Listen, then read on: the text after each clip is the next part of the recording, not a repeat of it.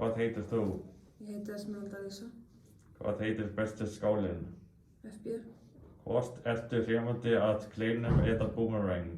Ég er hrifin af kleinum. Hvað það langar þig að gera þegar þú ert búinn í FB? Ég veit ekki. Hvað er uppáhaldsdýrið þitt? Kisur. Hver er uppáhalds jólamyndin þín? Ég hef enga. Hver er uppáhalds jólasveininn þinn? Björnakrækjur. Hvert er uppáhalds jólanafnið þitt?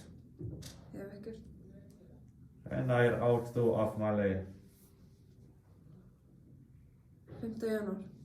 Hvað heitir systir Hurðar Skellis? Ég veit ekki.